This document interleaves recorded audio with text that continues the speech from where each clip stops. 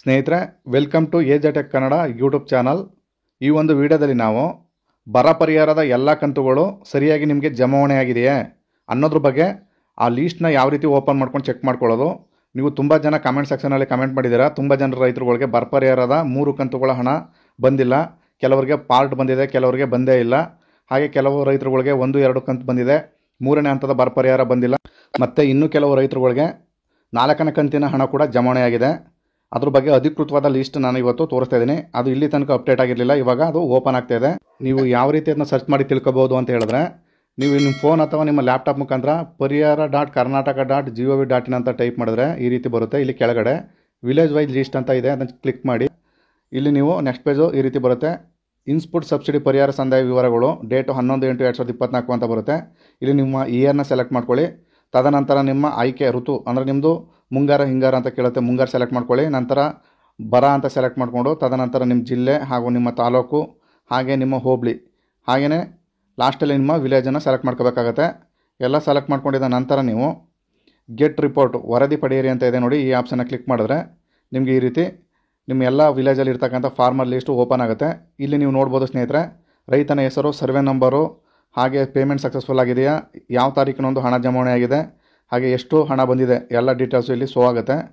ಇಲ್ಲಿ ನೀವು ಕೆಳಗಡೆ ಬಂತು ಅಂದರೆ ಇಲ್ಲಿ ನೋಡ್ಬೋದು ಕೆಲ ರೈತರುಗಳಿಗೆ 3ನೇ ಕಂತಿನ ಜಮಾವಣೆ ಆಗಿದೆ. ಅಲ್ಲಿ ಗ್ರ್ಯಾಟಿಟ್ಯೂಡ್ ರಿಲೀಫ್ ಅಂತ ಇದೆ ನೋಡಿ. ಆ ಥರ ಅಡಿಷನಲಾಗಿ 3ನೇ ಕಂತಿನ ಬರ ಪರಿಹಾರ ಸಣ್ಣ ಮತ್ತು ಅತಿ ಸಣ್ಣ ರೈತರಾಗಿದ್ದರೆ ಆ ರೈತರಿಗೆ ಮಾತ್ರ ಜಮಾವಣೆ ಮಾಡಿದ್ದಾರೆ. ಇಲ್ಲಿ ನೀವು ನೋಡ್ಬೋದು ಎಲ್ಲ ರೈತರು ಕೂಡ ಹಣ ಆ ಥರ ಜಮಾವಣೆ ಆಗಿಲ್ಲ. ಕೇವಲ ಇಲ್ಲಿ ನೋಡಿ ಕೆಲ ರೈತರುಗಳಿಗೆ 4ನೇ ಕಂತಿನ ಹಣ ಕೂಡ ಜಮಾವಣೆ ಆಗಿದೆ. ನೀವು ಅಲ್ಲಿ ನೋಡ್ಬೋದು ಡೇಟ್ ವೈಸು ಕೂಡ ಅಲ್ಲಿ ಹಣ ಜಮಾವಣೆ ಆಗಿದೆ ಸ್ನೇಹಿತರೆ. 1, 7, 5 ಮತ್ತು 7ನೇ ತಿಂಗಳಲ್ಲಿ 2 ಸರಿ ಅಮೌಂಟ್ನ ಪೇ ಮಾಡಿದ್ದಾರೆ. ಇಲ್ಲಿ ನೀವು 3ನೇ ಕಂತಿನ ಹಣ ಬಂದಿರತಕ್ಕಂಥ ರೈತರುಗಳಿಗೆ ಗ್ರ್ಯಾಟಿಟ್ಯೂಡ್ಸ್ ರಿಲೀಫ್ ಅಂತ ಪೇಮೆಂಟ್ ಕಾಲ ಮೇಲೆ ನಿಮಗೆ ಬ್ರಾಕೆಟಲ್ಲಿ ಅಲ್ಲಿ ಪರ್ಟಿಕ್ಯುಲರ್ ಆಗಿ ಯಾವ ಉದ್ದೇಶಕ್ಕಾಗಿ ಹಾಕಿದ್ದೀವಿ ಅಂತ ಹೇಳಿ ಮೆನ್ಷನ್ನ ಮಾಡಿದ್ದಾರೆ. ಆ ಗ್ರ್ಯಾಟಿಟ್ಯೂಡ್ಸ್ ರಿಲೀಫ್ ಅಂತ ಬಂದಿದ್ದರೆ ನಿಮಗೆ 3ನೇ ಕಂತಿನ ಹಣ ಬಂದಿದೆ ಅಂತ ಅರ್ಥ ಸ್ನೇಹಿತರೆ. ಒಂದು ವೇಳೆ ನಿಮಗೆ ಆ ರೀತಿ ಮೆನ್ಷನ್ ಆಗಿಲ್ಲ ಅಂದರೆ ನಿಮಗೆ ಬರ ಪರಿಹಾರದ ಹಣ ಬಂದಿಲ್ಲ ಅಂತ.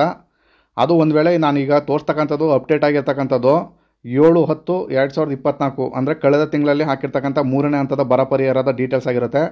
ಈಗ ಮೊನ್ನೆ ತಾನೇ 6/8/2024 ಕಳೆದ ಒಂದು ವಾರದ ಹಿಂದೆ ಮತ್ತೆ ಕೂಡ ಕೆಲ ರೈತರುಗಳಿಗೆ ಅಮೌಂಟ್ನ ರಿಲೀಸ್ ಮಾಡಿದ್ದಾರೆ. ಇಲ್ಲಿ ನೀವು ನೋಡ್ಬೋದು, ಸ್ವತಃ ನನಗೆ ಕೂಡ ಈ 6/8ರಲ್ಲಿ ಅಮೌಂಟು ರಿಲೀಸ್ ಆಗಿದೆ ಸ್ನೇಹಿತರೆ. 2,874 ರೂಪಾಯಿ ಬಂದಿದೆ. ಹೀಗೆ ತುಂಬ ಜನಕ್ಕೆ ಅಮೌಂಟು ಮೊನ್ನೆ ತಾನೇ ಬಂದಿದೆ, ಇನ್ನೂ ಕೂಡ ಅಪ್ಡೇಟ್ ಆಗಿಲ್ಲ. ಅಪ್ಡೇಟ್ ಆದ ನಂತರ ಇಲ್ಲಿ ಈ ವೆಬ್ಸೈಟಲ್ಲಿ ನಿಮಗೆ ನೋಡಲಿಕ್ಕೆ ಕಾಣುತ್ತೆ. ಇದಲ್ಲದೆ ಇನ್ನೂ ತುಂಬ ಜನ ರೈತರುಗಳು ಕೇಳ್ತಾ ಇದ್ದೀರಾ, ನಮಗೆ ಎಲ್ಲ ಕ್ರೈಟೀರಿಯಾ ಇದೆ ಮತ್ತು ನಾವು ಸಣ್ಣ ಅತಿ ಸಣ್ಣ ರೈತರ ವ್ಯಾಪ್ತಿಗೂ ಕೂಡ ಬರ್ತೀವಿ. ಹಾಗೆಯೇ ನಮಗೆ 1-2 ಕಂತುಗಳು ಹಣ ಬಂದಿದೆ ಮತ್ತು ಪಾರ್ಷಿಯಲ್ ಅಮೌಂಟು ಮತ್ತೆ ಬಂದಿಲ್ಲ. ಹಾಗೆ ಕೆಲವರಿಗೆ 1 ಕಂತು ಕೂಡ ಹಣ ಬಂದಿಲ್ಲ. ಯಾವ ಕಾರಣಕ್ಕಾಗಿ ಬಂದಿಲ್ಲ ಅಂತ ಹೇಳಿ ಕೆಲವರು ಕ್ವೆಶ್ಚನ್ ಮಾಡಿದ್ದೀರಾ. ಸ್ನೇಹಿತರೆ, ಅಲ್ಲಿ ನಿಮ್ಮ ವಿಲೇಜಲ್ಲಿ ಬೆಳೆ ಸರ್ವೆನ ಮಾಡಬೇಕಾದಾಗ ಅಲ್ಲಿ PR ಅಂತ ಅಪಾಯಿಂಟ್ ಮಾಡಿರ್ತಾರೆ. ಕಂದಾಯ ಇಲಾಖೆ ಕಡೆಯಿಂದ ಈ ವ್ಯಕ್ತಿಗಳನ್ನ ಅಪಾಯಿಂಟ್ ಮಾಡಿರ್ತಾರೆ. ಆ ವ್ಯಕ್ತಿಗಳು ನಿಮ್ಮ ಸದರಿ ಜಮೀನಿಗೆ ಬಂದು ನಿಮ್ಮ ಸರ್ವೆ ನಂಬರ್ ಮುಖಾಂತರ GPS ಆನ್ ಮಾಡಿಕೊಂಡು ಸರ್ವೆ ಮಾಡಬೇಕಾಗತ್ತೆ. ಯಾಕಂದರೆ ಇದನ್ನ ಯಾವುದೇ ಥರದ ಫೋರ್ಜರಿ ಮಾಡೋಕ್ಕಾಗಲ್ಲ. ಬೆಳೆ ಸರ್ವೆ ನಂಬರ್ನ GPS ಆನ್ ಆಗಿರೋದ್ರಿಂದ ಪರ್ಟಿಕ್ಯುಲರ್ ವ್ಯಕ್ತಿಗಳ ಜಮೀನಿಗೆ ಹೋಗಿ ಅವರು ಅಲ್ಲಿ ಸರ್ವೆ ಮಾಡಬೇಕಾಗತ್ತೆ. ಅಲ್ಲಿ ಕೆಲವು ತಪ್ಪು ಲೋಪದೋಷಗಳಾಗಿರ್ತವೆ, ಇಲ್ಲ ಕರೆಕ್ಟಾಗೂ ಕೂಡ ಇರ್ಬೋದು. ನೀವು ಬೆಳೆದಿರ್ತಕ್ಕಂಥ ಬೆಳೆ ನೀರಾವರಿ ಆಗಿದ್ದರೆ ಅವರು ಯಾವ ವಿಧ ಬೆಳೆ ವಿಧ ಅಂತ ಕೇಳುತ್ತೆ. ಅಲ್ಲಿ ನೀರಾವರಿ ಅಂತ ಕಾಲ ಮೇಲೆ ಅವರೇನಾದರೂ ಕೂರಿಸಿದ್ರೆ ಅಂಥ ರೈತರಿಗೆ ಬರಲ್ಲ.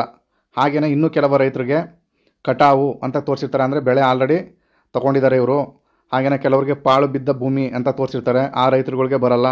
ಹಾಗೆಯೇ ಪರ್ಟಿಕ್ಯುಲರಾಗಿ ಸರ್ಕಾರ ಕೊಟ್ಟಿರ್ತಕ್ಕಂಥ ಕ್ರೈಟೀರಿಯಾದೊಳಗೆ ಯಾವ ಬೆಳೆ ಬರಲ್ಲ ಆ ಬೆಳೆ ಹಾಕಿರ್ತಾರೆ. ಸಪೋಸು ಈಗ ವಾಣಿಜ್ಯ ಬೆಳೆ ಆಗಿರ್ಬೋದು, ವಾಣಿಜ್ಯ ಬೆಳೆಗಳಿಗೆ ಸರ್ಕಾರ ಕೊಡ್ತಿಲ್ಲ, ಕೇವಲ ಆಹಾರ ಧಾನ್ಯಗಳು ಈ ಥರ ವ್ಯಾಪ್ತಿಗೆ ಕೊಡ್ತಾ ಇರೋದ್ರಿಂದ ಆ ಬೆಳೆ ಅವರು ಅಲ್ಲಿ ತೋರಿಸಿಲ್ಲ ಅಂದರೆ ಅಂಥ ರೈತರುಗಳಿಗೆ ಬೆಳೆ ಈ ಪರಿಹಾರದ ಹಣ ಬಂದಿಲ್ಲ ಸ್ನೇಹಿತರೆ.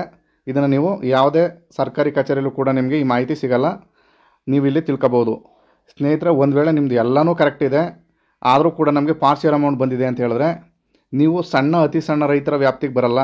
ಅಂಥ ರೈತರುಗಳಿಗೆ ಕೇವಲ 1 ಸರಿ ಮತ್ತು 2ನೇ ಸರಿ ಹಾಕಿದ್ದಾರೆ. ಫಸ್ಟು ಜನವರಿಯಲ್ಲಿ 2,000 ಹಾಕಿದ್ದಾರೆ. ತದನಂತರ ನಿಮಗೆ ನಿಮ್ಮ ಜಮೀನಿನ ಅಂದಾಜಿನ ಮೇಲೆ ನಿಮಗೆ ಎಕರೆಗೆ 3,000ದಿಂದ ನಿಮ್ಗೆ 5 ಎಕರೆ ಇತ್ತು ಅಂದರೆ 15,000 ತನಕ ನಿಮಗೆ ಅಮೌಂಟ್ನ ಕ್ರೆಡಿಟ್ ಮಾಡಿದ್ದಾರೆ.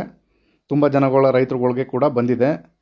ಅದಲ್ಲದೆ ರಾಜ್ಯ ಸರ್ಕಾರವು ಕೇಂದ್ರದಿಂದ ಬಿಡುಗಡೆಯಾದಂಥ ಸುಮಾರು 3,450 ಕೋಟಿ ಹಣದಲ್ಲಿ ಉಳಿಕೆ ಹಣ ಸ್ವಲ್ಪ ಅಮೌಂಟು ಸರ್ಕಾರದ ಬಳಿನೇ ಇತ್ತು.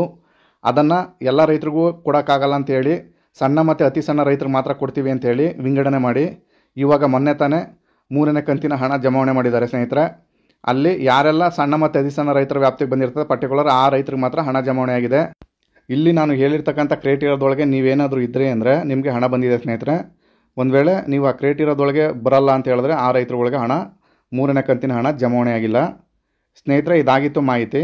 ಈ ಮಾಹಿತಿ ನಿಮ್ಗೆ ಇಷ್ಟವಾಗಿದ್ದರೆ ದಯವಿಟ್ಟು ನಮ್ಮ ಚಾನಲ್ನ ಸಬ್ಸ್ಕ್ರೈಬ್ ಮಾಡ್ಕೊಳ್ಳಿ. AJ tech Kannada YouTube channel ಅಂತ. ಸ್ನೇಹಿತರೆ, ಸರ್ಕಾರವು ಮಳೆ ಹೆಚ್ಚಾಗಿ ಈ ವರ್ಷ ಆಗಿರೋದ್ರಿಂದ ಅಂಥ ರೈತರುಗಳಿಗೆ ಕೆಲವರಿಗೆ ಹಾನಿಯಾಗಿದೆ, ಅದಕ್ಕೆ ಪರಿಹಾರನ ಕೊಡ್ತೀವಿ ಅಂತ ಹೇಳಿದ್ದಾರೆ. ನೀವು ನಮ್ಮ ಚಾನಲ್ನ ಸಬ್ಸ್ಕ್ರೈಬ್ ಮಾಡಿ ಇಟ್ಕೊಳ್ಳಿ. ತಕ್ಷಣ ಸರ್ಕಾರ ಏನಾದರೂ ಅಪ್ಡೇಟ್ ಕೊಟ್ಟರೆ ತಕ್ಷಣ ನಾನು ವೀಡಿಯೋ ಮಾಡಿ ಅಪ್ಲೋಡ್ ಮಾಡ್ತೀನಿ. ತಕ್ಷಣ ನಿಮಗೆ ನೋಟಿಫಿಕೇಷನ್ ಬರುತ್ತೆ. ಇಲ್ಲಿ ತನಕ ವೀಡಿಯೋ ನೋಡೋದಕ್ಕೆ ಎಲ್ಲರಿಗೂ ಧನ್ಯವಾದಗಳು. ನಮಸ್ಕಾರ ಸ್ನೇಹಿತರೆ.